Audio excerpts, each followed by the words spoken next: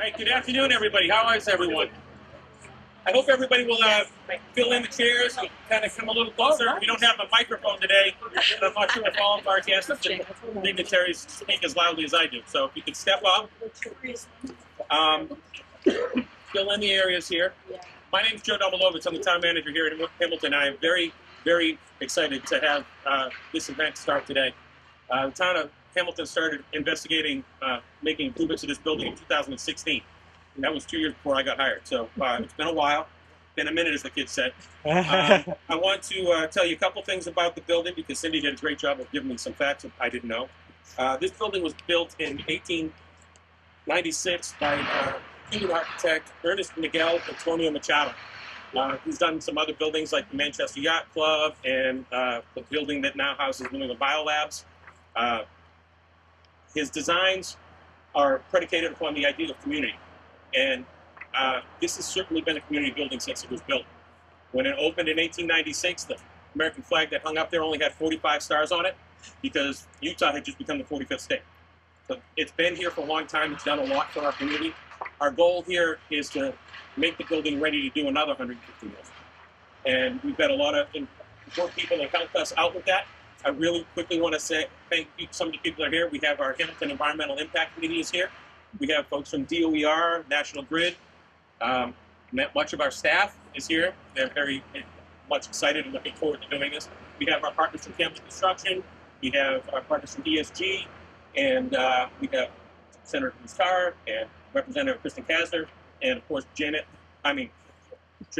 Becerra from DOER. I don't need too long to call me by the name. That's fair. I'm gonna stop speaking. I think it's much more important to hear from the people that helped make this project happen. LLB Architects. I don't want to forget our architects. LLB. Sorry. Our first speaker today is going to be Joanne Becerra, the Director of Green Communities Division at DOER. Thank you.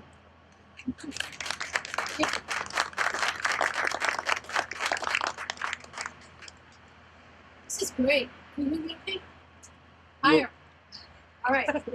I will project. Good afternoon. I'm really thrilled to be here with you to celebrate the hard work and commitment that all these team members have endeavored to bring this 19th century building into the 21st century.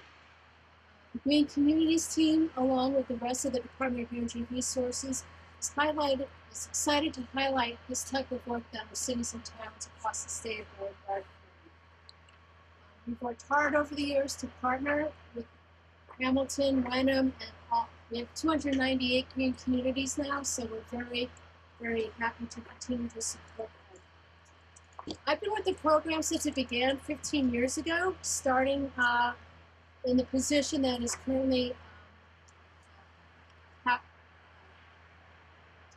held by Dylan Patel, who's our Northeast Regional Coordinator. So it's one of the OG green communities. We work with Vicky and others and volunteers in the town to help the town become a green community in 2010. It was one of the first cohorts, and since then the town has kept moving forward and embarking on additional energy conservation measures in town and school facilities. I always point to Hamilton and Wenham as two towns that play well together with their school district, coordinate grant applications and funding opportunities to really get the most out of our state dollars. Once the town became a green community, they were awarded a grant of about $140,000 and just kept going. Over the years, the town was awarded 7 competitive grant awards, including this one that we're commemorating here. So again, kudos to the town leadership, volunteers, and everybody who made this happen. Since the town became a green community, it's reduced its energy use by 15% at its municipal facilities, despite having additional operational intensities at the water treatment plant and other places. Highlights also include the streetlight retrofit that reduced energy use by your streetlights in half. Solar on landfill done a couple of years ago, but there is another demonstration of the forward thinking and commitment, clean energy, and then lastly, the municipal electric aggregation program is allowing citizens to purchase 100% renewable energy for their households. This project here is ambitious. It's one of the first of its kind that we're aware of in Massachusetts that we're helping to support. We're very happy to help support. So by updating its electrical systems, its lighting, the energy management system that operates the heating and cooling, and then of course the utilizing the constant heat that's underground to heat and cool this building will be amazing. Keep it operational for decades to come. I can't wait to come back when the project's done to have a tour. These are around. So I want to also call out the town manager, all the town staff, Tim Olson, Vicki Masson. I know there's 2 committees in Hamilton. I can't remember what they are, but I know that they advocate mightily to have these projects happen. And I want to thank you all for your vision to applying for our grant and succeeding in getting it. It's because of the hard work that communities like this and across Massachusetts that we're really able to drive down carbon emissions or energy use and leave the place a little better for our kids. So thank you all and congratulations.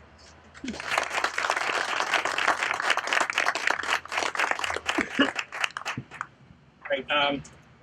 For those who don't know, the Green Communities grant for this project was $500,000. $500,000 is going to help with our energy efficiency program in the building. And in a minute, we're going to have the folks from ESG speak to that.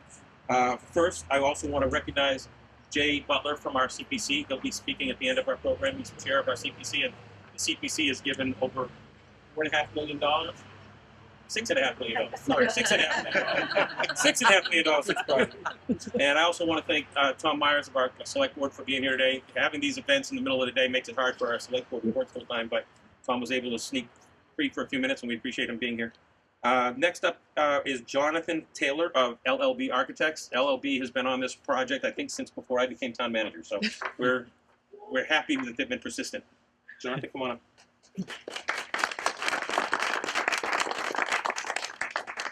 Joe, Tim, Jay, thank you. We remain excited and to have been chosen to work with the town on this town hall project since 2018, 2017, 2018, when efforts to save the town hall really began in earnest. The partnership with the town, as we all strategize how to best advance the project, has been greatly appreciated.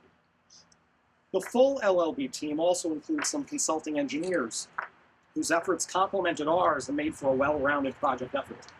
The team includes civil engineer Develis Zerang Incorporated, structural engineer Roman Garancino, MEP and fire protection engineers Building Engineering Resources, and finally Energy Systems Group, who will hear from shortly. The renovation, addition, and preservation of Hamilton Town Hall is a special project for a myriad of reasons. I'll touch upon a couple of them, others will different ones.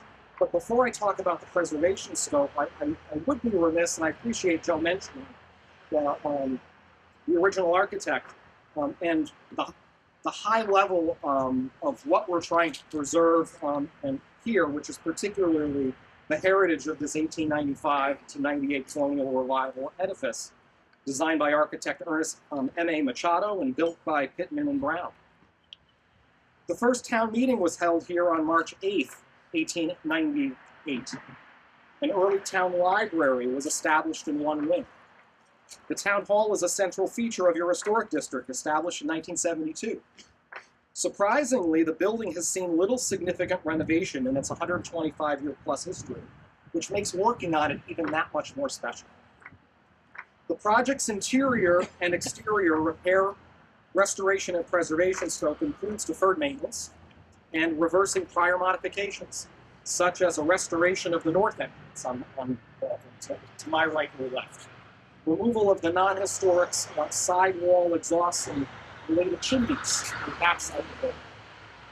Exterior woodwork repair to address rot and decay at corner boards, which you can see some on this elevation, column capitals, dentals, the building's entablature, and potentially replacing upwards of 25% of the clapboard siding if needed. Exterior painting. A new roof, including roof insulation, gutters, and downspouts. Cupola restoration. Restoration of existing wood flooring throughout the building. Sistering of second floor framing below the meeting room to enhance its loading capacity and reduce movement, which everyone will appreciate. In the historic second floor meeting room, retaining and repairing original detail work, such as the historic wood flooring currently under carpet is going to be exposed and restored. The plaster ceiling is to be repaired. Historic exterior structural walls, which are lowered, will be stabilized using cables. The project has accessibility focus also to remove barriers to full access and further comply with 521 CMR, which is Massachusetts Accessibility Code, and ADA. Included in this work are site accessibility improvements, including sidewalks, crosswalks, curb cuts, paint striping, and handicap parking. Removal of the 1992 ramp and restoration of the north entrance. Removal of a non-accessible lower level entry. Removal of non-accessible exterior fire escapes on the backside. Addition of a new ramp that wraps the building from east to the north. And an addition which will include an elevator and stairs. On top of all of this, there are some additional building and site improvements. A new septic system, including a tank, a pump, and a leaching field. New cedar and chain link fencing. New mechanical gate to the DPW lot. Some exterior paving. New landscaping, particularly along the southern entry to the property drive, which includes a total of 19 trees. 5 October glories and 4 arborvitaes, 14 arborvitaes. Removal of an existing chimney. New interior finishes, including wood flooring, paint, acoustical ceiling tiles. Renovated and new accessible restrooms. Fire suppression system and new MEP systems, including LED lighting throughout, including exit signage.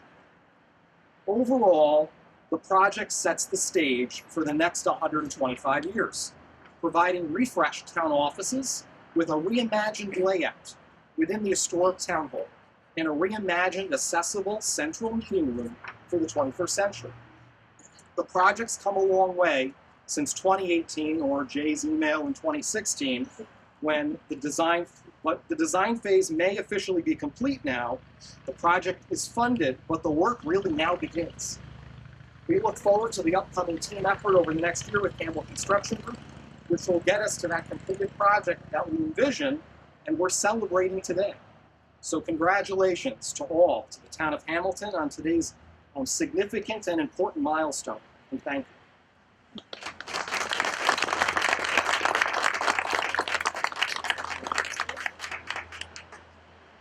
Since Jonathan shared a few facts, I'll give you another one about this building. At their first meeting in 1898, women votes were allowed to be counted, and they counted towards the total, which is 22 years before women were given the right to vote in the United States. So that's pretty cool that the town had taken such a forward look at that. Next with us is going to be our partners from ESG Energy Systems Group, which they're helping us to update the energy systems, which I'm going to talk about, and really improve the energy efficiency of this building going forward. When the project's done, we anticipate a net zero carbon footprint from an historic town hall. That's, I think, one of the most amazing things that I could say for that.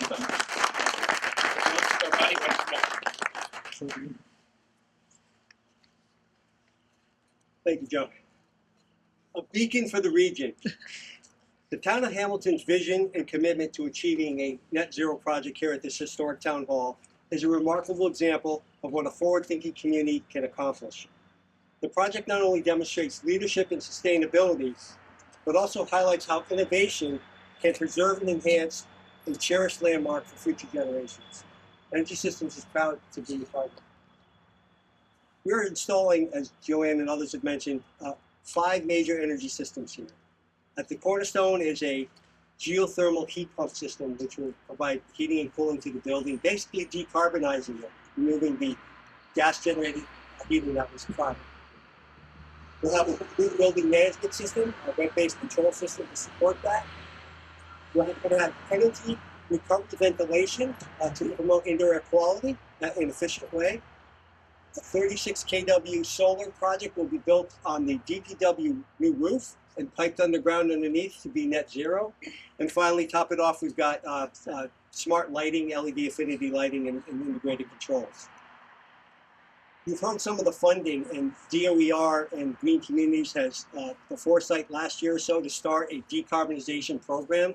Because quite frankly, without it, some of these projects just wouldn't be able to get done. They are contributing $500,000. This project, $1.36 million on the energy side, is being funded with $900,000 worth of grants and rebates. $500,000 from Green Communities. We have National Grid here with $150,000 through Mass Saves program. A lot of it for the geothermal and some other things. And then $270,000 from the federal incentives for the geothermal and solar components. So I have with my team here, leadership at Daly, our lead engineer on the project, Christian Michel. Steve Farino is going to be the project manager. We'll be doing this in conjunction with this capital project with Campbell under LLB design and leadership as well. We look forward to working with the partners and making this a very successful project that DOR can highlight in the future. And thank you for the support of Senator Tar and Kristen. I know that we were together as well as we dealt with some problems along the way. But Jay, obviously, key your support with CPC. So thank you all. We look forward to working with you.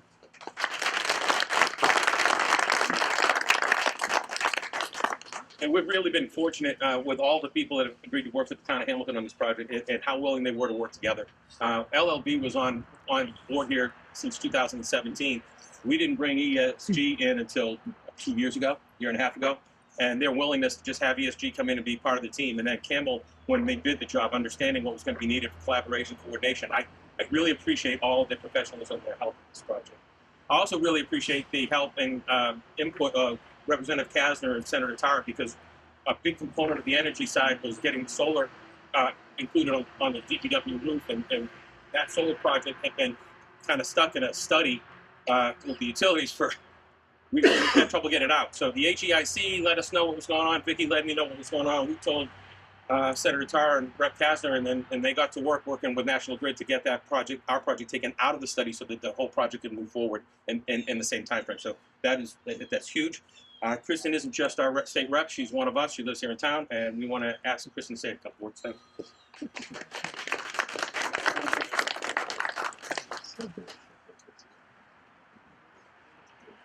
Thank you so much, Representative Kristen Kasner. And a net zero 1898 town hall is a huge thing to say out loud. So I'm proud to be here. As a fellow resident of Hamilton, I know this has taken a lot of time, a lot of votes, a lot of people, a lot of conversations, and really has taken all of that and consensus building to even begin to form what this project is. And I thank all of you, and I thank Joe Demelowitz for communicating with us. What are the pieces we can help support? What can we communicate in terms of grants that are out there? You guys have all done a tremendous job, and you haven't been in a lot of meetings in this building, especially post-COVID with hybrid kind of working in an 1898 building. So I'm really, really pleased to see that this building is retaining its historic character, but really moving us into a modern workplace for our town, our community, creating a community space for us to gather. We need community more than anything right now, and it's just tremendous that we're here. I thank DOER for really looking to invest in this idea and in Hamilton for this building so we can retain its significance, to get the ground source heat pump and energy management system in the building, and just saving. I mean, a building like this is not only wonderful that we're doing all this, but also will help save money for all of us as taxpayers. So we're happy about that. And I just wanted to say that I'm happy to be part of this project, happy to continue to work with you. We just passed the climate bill in the State House, the governor, which also includes a lot more we can try to do within the Commonwealth to improve our reduce our dependence on fossil fuels and improve green technology throughout all of our Commonwealth, especially in historic buildings. So just want to thank you for that. We have, I think, a lot of exciting things happening. The administration has been really great, and again, thank you. Thank to UER and others for getting money out the door for these really important projects that take so long within a community to gain the consensus to get to this point. So thank you for that, and just hopefully we can keep doing this, and anything else as you begin fitting the building and this renovation goes along, and we can improve technology within the building so more and more people within the community can take part in our discussion. So thank you so much for having me here today.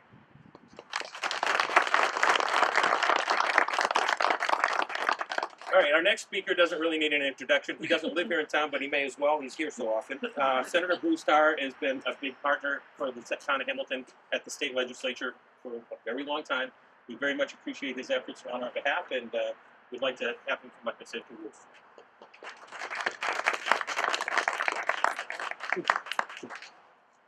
Well, thanks very much, Joe, and I am so happy to be here with you on this long-awaited day as the town of Hamilton writes the next chapter in its history with regard to this incredible building. And I want to commend Joe. He's even thought of saving energy by not having a microphone. He's even added to the reduction of energy consumption. And I've always been impressed by Joe's frugality and that of his predecessor. And I have to give it to him. Even I didn't think he could get 125 years out of a municipal building. So congratulations, because this building has served the town so well. And it has represented an iconic structure that serves to remind us all of the functionality and the importance of local government in our lives. And that's why it was such a challenge to be able to move it forward into the next era of municipal buildings. And it is doing that so well because it represents a creative approach or a series of creative approaches to ensure that values are protected. Values like ensuring that the character of this building will not conflict with its functionality, with its inclusivity, with its ability to accommodate all of us, either in person or virtually. And I didn't take it personally that you had to increase the weight load of the meeting room, but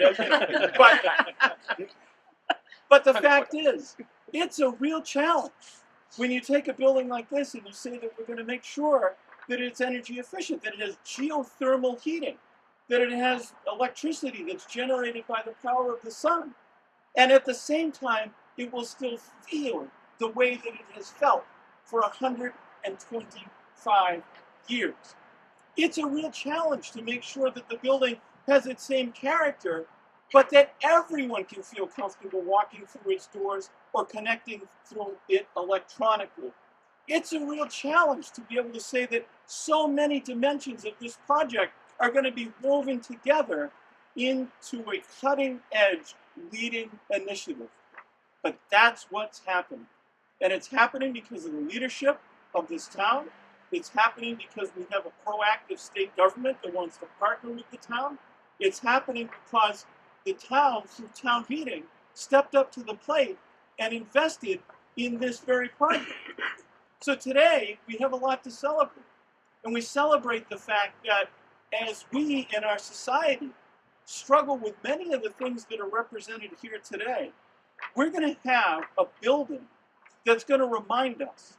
It's going to remind us that the town is able to get to a net zero building. And if the town can do it, then we can do it. And it's going to remind us that these are challenges that we can meet today and tomorrow and the day after that. And you know, it's been mentioned about the energy bill that we just passed, the climate bill that we just passed at the State House, and the governor will very soon sign.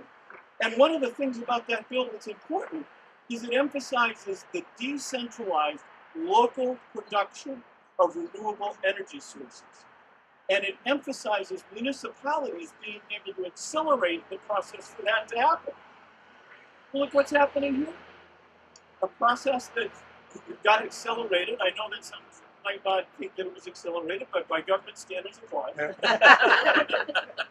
And it's a project that produces local, decentralized, geothermal energy, photoelectricity, all of the things and all of the places that we want to go. So all those years ago, when this building was hosting meetings that were the cutting edge for our democracy, now this new building will again play host and play the setting for, we have some fans out there in the street. This will be the setting for the next chapters, the next initiatives, the next leadership, to say that we are all going to go and we're going to go there together. And that's the ultimate part of this project that is to be celebrated. The fact that we're going there together. If we can do it here, there's no limit to what it can be accomplished everywhere else. Congratulations to everyone. It's an honor to be here with you today.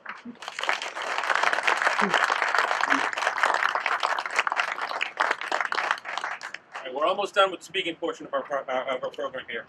The next person I'm going to invite up is Jay Butler. Jay Butler has been the leader of the Community Preservation Committee in the town of Hamilton since its inception. Jay has worked really hard on behalf of the town in so many ways to make sure that the town is able to preserve and protect its history and its legacy. But none more important than what he's done here in leading the CPC and in helping us secure the vast majority of the funding that we needed since the start of this project. And we've got the money to start the original feasibility and bring LLB on. You know, this project we started around 2016, 2017. I didn't come here in 2018. And the first meeting I had, one-on-one meeting I had with Jay Butler was November of 2018, right after the Veterans Day ceremony. He pulled me aside and he said, you know, I want us to build the whole town hall project with just CPC money. And I said, Jay, I don't think you have enough money to do the whole town hall project with just CPC. But he's mostly proving me wrong. $6.5 million out of what's going to amount to about a $9.2 million project is pretty much the whole project. So we appreciate Jay and all he's done for the town of Hamilton. We definitely want to hear from him here. I will not be returning, so Jay will lead us out. Thank you, everybody.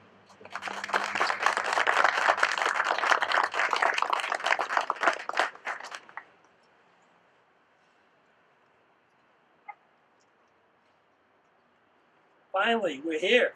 It's been a long haul. I'm Jay Butler, Chair of the Community Preservation Committee. We're chartered in part to consider grants from legitimate organizations in town under the Community Preservation Act, which the town adopted in 2005. The grants must meet one of three eligibility criteria, one of being historic preservation. And with that, when this project came along, it was very clear that this is an ideal candidate for CPA funding. Informal discussions on the need for renovation of the town hall have been going on for decades. Anybody who's worked in town and been around town for a long while, I mean, literally decades. Since its formation in 2014, 2005, the CPC, from 2005 to 2016, we approved 7 grants worth $185 grand for town hall.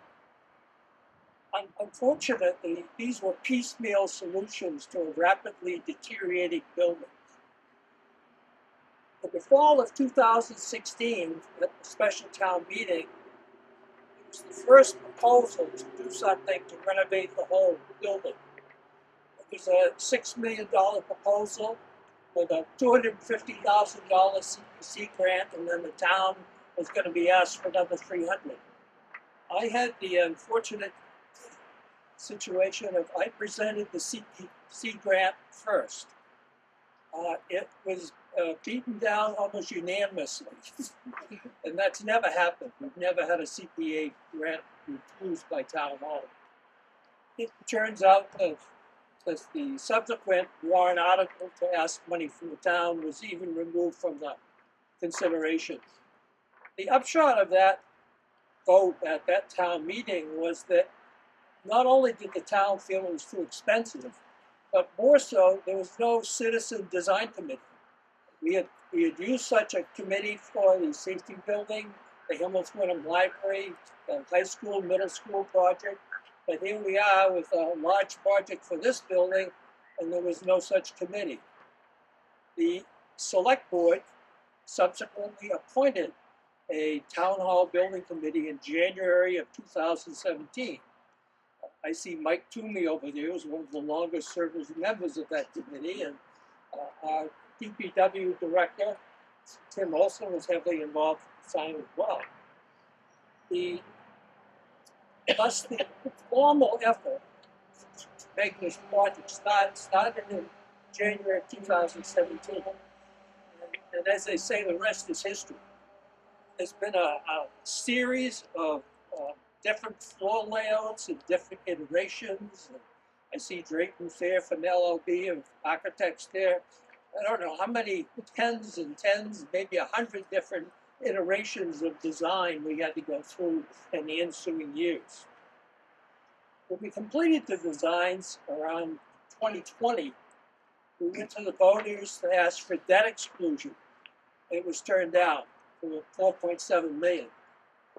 We went back, changed the scope a little bit. I think we found another CPA grant that we could use. Went back to the voters again in mid-2021 for $3.7 million. We were shot down again. During the time that all this was going on, the CPC approved, and town meeting agreed, to approve 6 grants worth $6.4 million. And so we were getting money, but not enough to get over the top.